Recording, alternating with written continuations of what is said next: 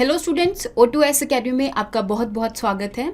तो जैसा कि आप जानते हैं, आपके प्रीलिम्स पेपर को टारगेट करने के लिए हमने आपके लिए एक नए इनिशिएटिव को शुरू किया है, जिसके अंदर हम डेली के जो करंट अफेयर्स हैं जो कि द हिंदू और इंडियन एक्सप्रेस के अंदर आते हैं, उसको हम MCQs के द्वारा यहाँ पर रिवाइज करते हैं। तो आज के MCQs शुरू करने से पहले अगर आपको इस वीडियो की PDF चाहिए तो आप हमारी O2S अकेडमी की जो ऐप है इसको डाउनलोड कर सकते हैं, वहाँ पर ये आपको PDF मिल जाएगी। स्टार्ट करते हैं आज के सबसे पहले क्वेश्चन से, जो कि रिलेटेड है ग्लोबल हंगर इंडेक्स से। तो इसके रिगार्डिंग आपको 3 स्टेटमेंट्स प्रोवाइड करी गई हैं, आपने इसमें से करेक्ट स्टेटमेंट को आइडेंटिफाई करना है। जैसे कि अगर मैं बात करूं कि जो ग्लोबल हंगर इंडेक्स है इसको कौन रिलीज करता है, तो एक आयरलैंड की कंपनी है that is concern world wide, और दूसरी है जर्मन की that is wealth hunger health. तो दैट मीन्स आपकी जो फर्स्ट स्टेटमेंट है वो करेक्ट हो जाएगी। सेकेंड स्टेटमेंट के बारे में अगर मैं बात करूं तो जो ग्लोबल हंगर इंडेक्स है उसमें 0 से लेकर 100 तक का जो स्कोर है वो दिया जाता है कंट्रीज को, और इसमें जो 0 है दैट मीन्स कंट्री ने बहुत अच्छा परफॉर्म किया है हंगर को कम करने के लिए, और 100 स्कोर अगर किसी कंट्री को मिला है इसका मतलब उस कंट्री ने वर्स्ट परफॉर्म किया है और उस कंट्री के अंदर जो हंगर है वो बहुत ज़्यादा प्रेवलेंट है। तो दैट मीन्स आपकी जो सेकेंड स्टेटमेंट होगी कि 100 is worst and 0 is the best score, तो सेकेंड स्टेटमेंट भी करेक्ट हो जाएगी। थर्ड स्टेटमेंट के बारे में अगर मैं बात करूं, इंडिया में 2014 से लेकर 2022 तक का जो स्कोर है धीरे धीरे कम होता गया है, लेकिन अभी भी इंडिया का जो स्कोर है 29.1 है और अभी भी इंडिया सीरियस कैटेगरी में लाई करता है। तो दैट मीन्स आपकी जो थर्ड स्टेटमेंट है वो भी करेक्ट हो जाएगी। इसके अलावा कुछ और चीज़ें आपको जो पता होनी चाहिए कि इंडिया का जो रैंक आया है that is 107 out of 122 countries, and even आपके एशिया के अंदर और भी जितनी कंट्रीज़ हैं जैसे कि पाकिस्तान हो गया, बांग्लादेश हो गया, नेपाल हो गया, भूटान हो गया, तो इन सारी कंट्रीज़ ने इंडिया से अच्छा परफॉर्म किया है एक्सेप्ट अफगानिस्तान। तो इस हिसाब से आपकी तीनों की तीनों जो स्टेटमेंट्स हैं वो करेक्ट हो जाएंगी और आपका आंसर बनेगा all of the above. Next question के बारे में बात कर लेते हैं, that is related to electoral bonds. तो इसके रिगार्डिंग आपको यहाँ पे 3 स्टेटमेंट्स प्रोवाइड करी हैं, आपने इसमें से करेक्ट स्टेटमेंट को आइडेंटिफाई करना है। जैसे कि अगर मैं फर्स्ट स्टेटमेंट के बारे में बात करूँ कि जो इलेक्टोरल बॉन्ड्स हैं सिर्फ एक ही बैंक है जो इलेक्टोरल बॉन्ड्स को इशू करता है, that is the state bank of India. Electoral bonds का यहाँ पर एम यही रहता है कि अगर किसी भी पब्लिक कोई भी जो लोग हैं अगर उन्होंने किसी पॉलिटिकल पार्टी को डोनेट करना है तो वो इलेक्टोरल बॉन्ड्स खरीद के उनको डोनेट कर सकते हैं। तो दैट मीन्स ये जो इलेक्टोरल बॉन्ड्स है ये कौन इशू कर सकता है, स्टेट बैंक ऑफ इंडिया। तो फर्स्ट स्टेटमेंट आपकी करेक्ट हो जाएगी। सेकेंड स्टेटमेंट के बारे में अगर मैं बात करूँ तो अगर किसी भी पर्सन ने इलेक्टोरल बॉन्ड खरीदा है तो उसकी सारी की सारी जो KYC डिटेल्स हैं उसको सबमिट किया जाएगा। तो सेकेंड स्टेटमेंट आपकी बिल्कुल सही हो जाएगी। थर्ड स्टेटमेंट के बारे में अगर मैं बात करूं तो एक पर्टिकुलर एक्ट है that is representation of people act 1951। इस एक्ट के अंदर एक पर्टिकुलर सेक्शन है जिसका नाम है सेक्शन 29A, और इस सेक्शन में जितनी भी पॉलिटिकल पार्टीज रजिस्टर्ड हैं सिर्फ वही इलेक्टोरल बॉन्ड्स रिसीव कर सकती हैं, और इन इलेक्टोरल बॉन्ड्स की जो वैलिडिटी रहती है वो 15 दिन की रहती है। दैट मीन्स 15 दिन के अंदर अंदर इनकैश करवाना पड़ता है, अदरवाइज उसकी जो टेन्योर है वो खत्म हो जाता है। तो दैट मीन्स आपकी तीनों की तीनों जो स्टेटमेंट्स हैं यहाँ पर करेक्ट हो जाएंगी। नेक्स्ट क्वेश्चन के बारे में बात करते हैं। रिसेंटली INS अरिहंत जो है वो न्यूज़ में चल रहा था, तो INS अरिहंत के बारे में बात करूं तो ये एक ऐसी सबमरीन है जो कि nuclear powered ballistic missile capable हैं। तो दैट मीन्स जो INS अरिहंत है वो SSBN प्रोग्राम के अंडर आती है। SSBN प्रोग्राम है क्या आपका कि ऐसी सबमरीन जिसके अंदर ऐसी बैलिस्टिक मिसाइल्स हैं जो कि न्यूक्लियर पावर्ड हैं।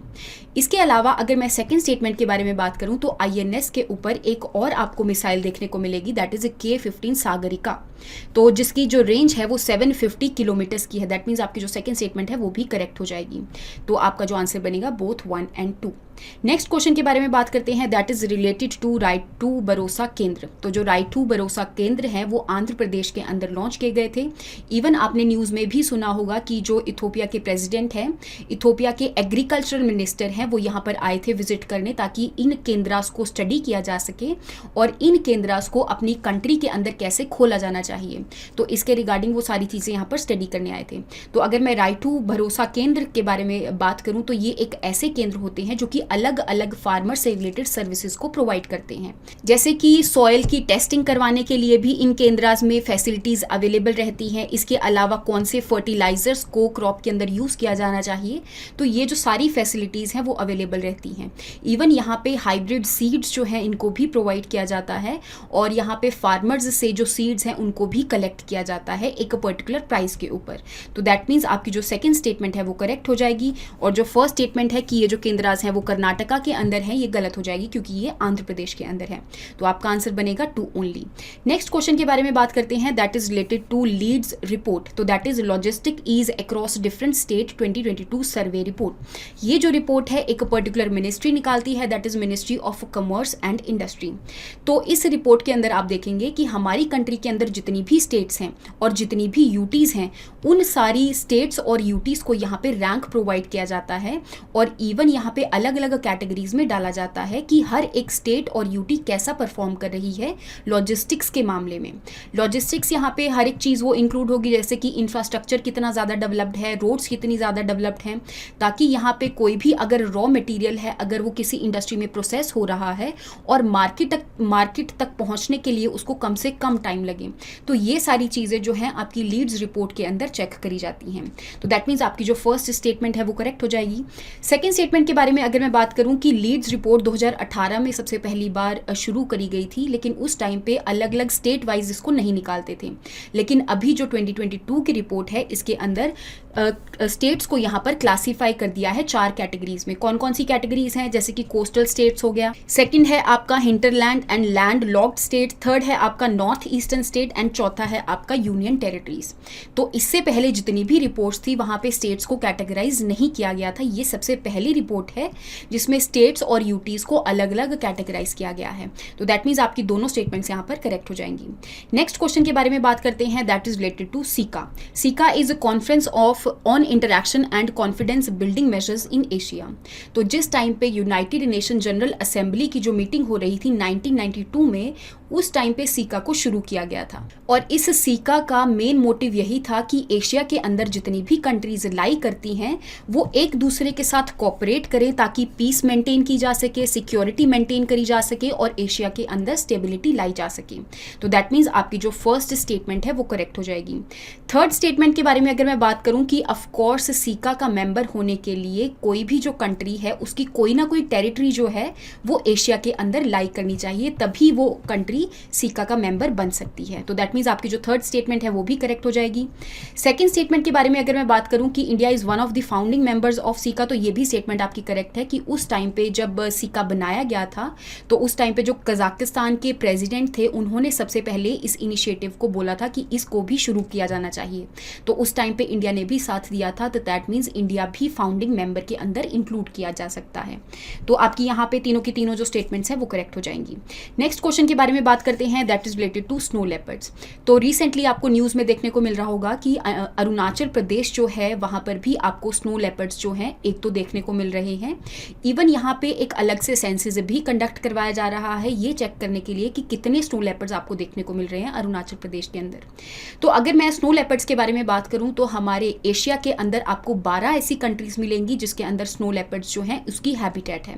ये 12 कंट्रीज कौन कौन सी हैं आपको इनके बारे में पता होना चाहिए, जैसे कि रशिया हो गया, कजाकिस्तान हो गया, उज्बेकिस्तान हो गया, Kyrgyzstan, Tajikistan, Afghanistan, India, Nepal, Bhutan and China and Mongolia.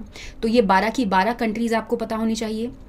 दूसरी बात, इंडिया के अंदर कुछ ऐसी स्टेट्स हैं जिसके अंदर आपको स्नो लेपर्ड्स देखने को मिलेंगे, जैसे कि जम्मू कश्मीर हो गया, लद्दाख हो गया, हिमाचल प्रदेश हो गया, देन इज उत्तराखंड हो गया, सिक्किम हो गया एंड अरुणाचल प्रदेश हो गया।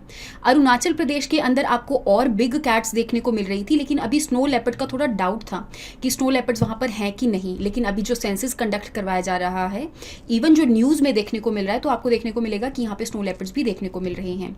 तो अगर मैं यहाँ पे दोनों स्टेटमेंट्स के बारे में बात करूँ कि जो स्नो लेपर्ड्स हैं ज़्यादातर हायर हिमालयस पे रहते हैं और जिनकी जो एल्टीट्यूड रहता है 3000 टू 5400 मीटर्स का रहता है, तो ये स्टेटमेंट आपकी बिल्कुल करेक्ट हो जाएगी। सेकेंड स्टेटमेंट के बारे में अगर मैं बात करूं कि international union for conservation of nature ने स्नो लेपर्ड्स को एक पर्टिकुलर कैटेगरी के अंदर डाला है, दैट इज वल्नरेबल कैटेगरी। तो आपकी जो सेकेंड स्टेटमेंट है ये भी करेक्ट हो जाएगी, आपका आंसर बनेगा बोथ 1 एंड 2। नेक्स्ट क्वेश्चन के बारे में बात करते हैं, that is related to PSLV, that is polar satellite launch vehicle. तो इसरो का ये लॉन्च व्हीकल है जिसके अंदर 4 स्टेजेस आपको देखने को मिलेगी।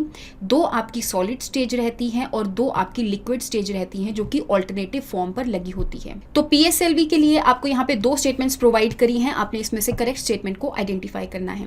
जैसे कि अगर मैं फर्स्ट स्टेटमेंट के बारे में बात करूं कि ये इसरो ने डेवलप किया है, दूसरी बात ये इंडिजिनियसली डेवलप्ड है, तो फर्स्ट स्टेटमेंट आपकी करेक्ट हो जाएगी। सेकेंड स्टेटमेंट के बारे में अगर मैं बात करूं कि अगर कोई भी सैटेलाइट को अलग अलग ऑर्बिट्स में लॉन्च करना होता है तो यहाँ पे इस लॉन्च व्हीकल को यूज किया जा सकता है। और आपको देखने को मिलेगा कि जो पीएसएलवी है उसका सक्सेस रेट जो है वो बहुत ज़्यादा है। इवन जो हमारा मार्स ऑर्बिटर मिशन है इसको भी पीएसएलवी के द्वारा लॉन्च किया गया था। तो दैट मीन्स अगर कोई भी सैटेलाइट को जियोसिंक्रोनस ऑर्बिट के अंदर लॉन्च करना हो, लो अर्थ ऑर्बिट के अंदर लॉन्च करना हो या फिर पोलर सन सिंक्रोनस ऑर्बिट के अंदर लॉन्च करना हो तो हम पीएसएलवी को यूज कर सकते हैं, जिसका कि जो बेस है आपको सतीश धवन स्पेस सेंटर के ऊपर देखने को मिलेगा जो कि ईस्ट कोस्ट में लोकेटेड है। तो दैट मीन्स आपकी जो दोनों स्टेटमेंट्स हैं वो यहाँ पर करेक्ट हो जाएंगी। नेक्स्ट क्वेश्चन के बारे में बात करते हैं, that is related to credit rating agency. तो क्रेडिट रेटिंग एजेंसी जैसे कि आपको अलग अलग एजेंसीज मिलती हैं, क्रिसिल हो गया है ना, तो ये ऐसी एजेंसीज होती हैं जितनी भी फाइनेंशियल आपके इंस्टीट्यूशंस होती हैं उनको रेट करती हैं। किस बेसिस पे रेट करती हैं कि उनका जो प्रिंसिपल अमाउंट है और इंटरेस्ट पेमेंट्स जो हैं उनकी कितनी हैं और कितनी उनकी डेब्ट्स हैं, क्या उनकी फाइनेंशियल स्टेबिलिटी मेंटेन्ड है कि नहीं है, तो इस हिसाब से उनको स्कोर वगैरह प्रोवाइड करती हैं।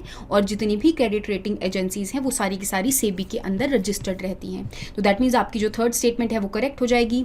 फर्स्ट स्टेटमेंट भी आपकी करेक्ट हो जाएगी, जो जैसा कि मैंने आपको बताया कि फाइनेंशियल स्ट्रेंथ को असेस करती हैं, ये चेक करने के लिए कि किसी भी फाइनेंशियल इंस्टीट्यूशन का कितना इंटरेस्ट पेमेंट है या फिर कितना उनका डेप्ट है या फिर कैसा वो परफॉर्म कर रही हैं, तो इस हिसाब से उनको स्कोर प्रोवाइड करती हैं। सेकेंड स्टेटमेंट के बारे में अगर मैं बात करूं तो अगेन वो चेक करती हैं कि अगर किसी भी फाइनेंशियल इंस्टीट्यूशन से अगर लोन लिया जा रहा है तो वो हाई रिस्क का है या फिर लो रिस्क का है, तो इस हिसाब से भी बता देती हैं स्कोर प्रोवाइड करके। तो दैट मीन्स आपकी तीनों स्टेटमेंट्स यहाँ पर करेक्ट हो जाएंगी। नेक्स्ट क्वेश्चन के बारे में बात करते हैं, that is related to Vande Bharat Express के अंदर जो कोचेज होते हैं उसके अंदर क्या क्या सर्विसेज प्रोवाइड की जाती हैं, क्या क्या फैसिलिटीज आपको देखने को मिलती हैं, तो उसके रिगार्डिंग यहाँ पे आपको 3 स्टेटमेंट्स प्रोवाइड करी गई हैं। आपको देखने को मिलेगा कि अलग अलग चीज़ें हैं जैसे कि ऑटोमेटिक डोर्स हैं, GPS based audio visual passenger information system है, हॉटस्पॉट देखने को मिलेगा, वाईफाई देखने को मिलेगा। तो ये सारी की सारी जो सर्विसेज हैं आपकी वंदे भारत एक्सप्रेस के अंदर इंक्लूडेड रहती हैं। तो दैट मीन्स आपकी जो सारी की सारी स्टेटमेंट्स हैं वो यहाँ पर करेक्ट हो जाएंगी। आई होप आपको यहाँ तक आज की जो एमसीक्यूज़ हैं उनके बारे में समझ में आया होगा। नेक्स्ट क्लास के अंदर हम नेक्स्ट एमसीक्यूज़ के साथ मिलेंगे। Thank you so much and have a nice day.